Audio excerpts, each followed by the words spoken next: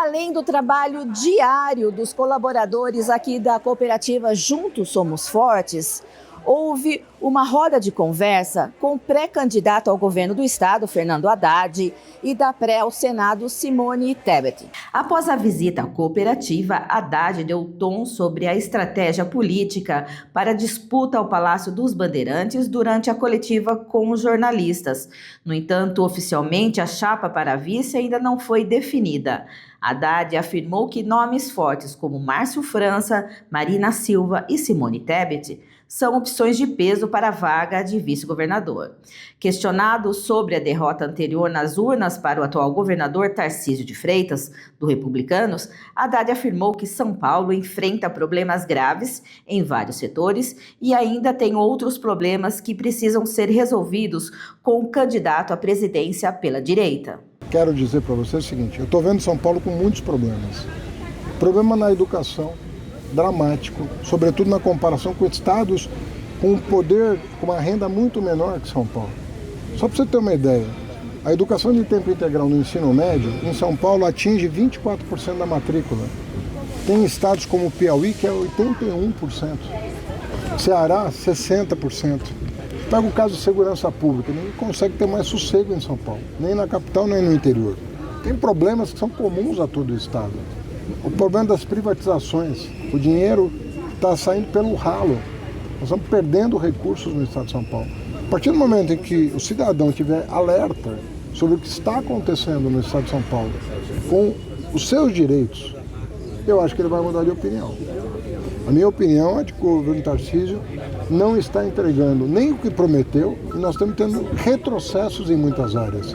Um surto de feminicídio no estado, bárbaro, a violência bárbara, letalidade policial, suicídio entre policiais militares, precarização do trabalho dos professores. É muito dramática a situação do estado. O caixa diminuindo todo instante.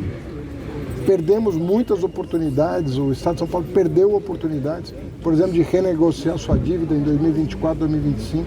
Perdeu mais de 11 bilhões de reais só no atraso do processamento da renegociação da dívida do estado. Então é muito problema junto. O presidente Lula está cuidando dos interesses do Brasil nesse momento, problemas causados pelo Flávio Bolsonaro. O Flávio Bolsonaro encomendou uma nova crise com os Estados Unidos. O presidente Lula foi para o G7 para tratar desses temas. Foi ver se tem um encontro com o Trump, foi falar com os outros chefes de Estado, para que esse clima de tensão criado no mundo, com guerras, isso não melhora o desenvolvimento, não ajuda no crescimento, não ajuda na solução dos problemas sociais. O presidente Lula foi exercer o papel de chefe de Estado do Brasil na defesa dos interesses nacionais. Assim que ele voltar, ele senta com o vice-presidente, senta com o PSB e define essa situação. Eu repito que eu estou muito confortável com os meus companheiros, porque nunca São Paulo conheceu uma chapa tão forte do ponto de vista de imagem, do ponto de vista de reputação, do ponto de vista de contribuição para o estado de São Paulo. Estou muito honrado de estar nessa coalizão, né, para oferecer uma alternativa para São Paulo que está retrocedendo em vários aspectos. E assim que a definição for feita aí ao longo do próximo período, nós vamos celebrar o resultado. Mas a própria Simone Tebet tratou de afastar especulações. Ela confirmou que seu projeto político está voltado à disputa pelo Senado, alinhado ao objetivo nacional de reeleição do presidente Lula do PT e a articulação com o vice-presidente Geraldo Alckmin do PSB. Tebet se define como uma política de centro e destacou a capacidade de diálogo com diferentes setores da sociedade, inclusive o agronegócio, e aproveitou para defender maior participação feminina nos espaços de poder. Não só aqui, né? Eu fiquei estarrecida de ver que aqui só tem uma vereadora. Eu fui a primeira mulher prefeita, fui a primeira mulher vice-governadora em pleno século XXI. Se a gente quer realmente um país justo, democrático, soberano, humano, com diminuição da desigualdade social, só tem um jeito, gente. É homens e mulheres trabalhando lado a lado. Os homens têm algumas prioridades relevantíssimas, as mulheres têm outras, não porque um não fale o mesmo, né, não trate da mesma coisa que o outro, mas é assim. Então nós precisamos sair da vergonhosa marca de sermos o segundo ou terceiro país do mundo com menor representatividade feminina. Não é só um problema de Santa Bárbara, é um problema do Brasil inteiro. Nós precisamos de 30% de mulheres nas câmaras de vereadores, nas assembleias legislativas, na Câmara Federal, no Senado Federal.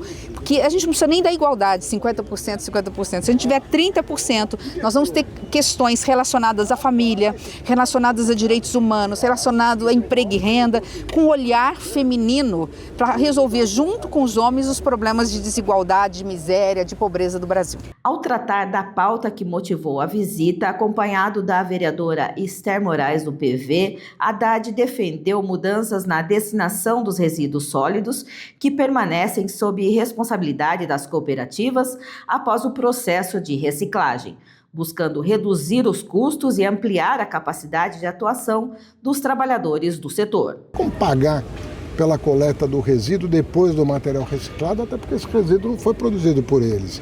Então essa é uma das propostas que eles nos fizeram, de dar um tratamento legal, né, condizente com o trabalho que eles estão prestando para o país e para o mundo, né, de limpar o meio ambiente, de manter o meio ambiente limpo, de reaproveitar as matérias-primas, sobretudo as que causam na sua produção a emissão de gás de efeito estufa.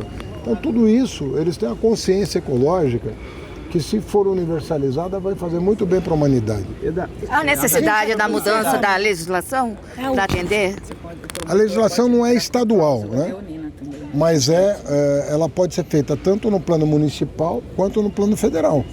Mas tem que compatibilizar a legislação com o serviço que eles estão prestando para a comunidade. É um serviço da mais alta relevância para a comunidade. Veja, é uma concessão dada a uma empresa e houve uma mudança no meio desse processo. O aterro foi interditado, o resíduo não são eles que produzem, é responsabilidade do município, é responsabilidade municipal.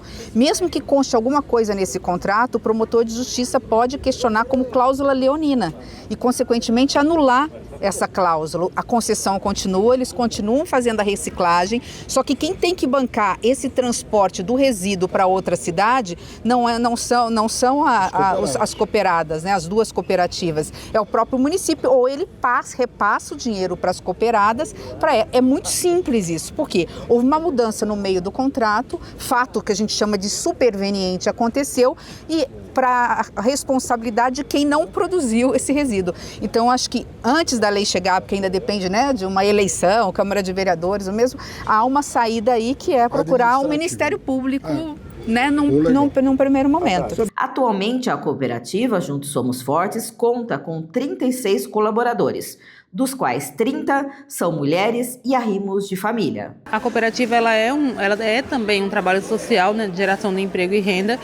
E quando a gente fundou a cooperativa, a gente já pensou nessa questão da mulher. Então, a maioria das pessoas que tem aqui são mulheres. Hoje a gente tem em torno de 30 mulheres e todas elas, a maioria delas são arrimos de família. Então, a gente pensou nessa sensibilidade e também nessa dificuldade que as mulheres têm de ingressar no mercado de trabalho por serem mães atípicas não, né, mães solo. Então, essa necessidade se dá no dia a dia. Então, aqui na cooperativa, a gente entende que precisa ter um olhar sensível para isso, né? Então, por isso que a maioria delas são mulheres. Presente ao encontro, a vereadora de Campinas, Mariana Conte, do PSOL, ressaltou que discutir reciclagem é também debater a inclusão social, geração de renda e reconhecimento do trabalho realizado pelos catadores. É muito importante as cidades do interior, Santa Bárbara, Limeira, Rio Claro, estarem na agenda do nosso pré-candidato ao governo do estado e da nossa pré-candidata a Senado, a Fernanda Haddad e a Simone Tebet. Então é muito importante eles passarem para verem a realidade.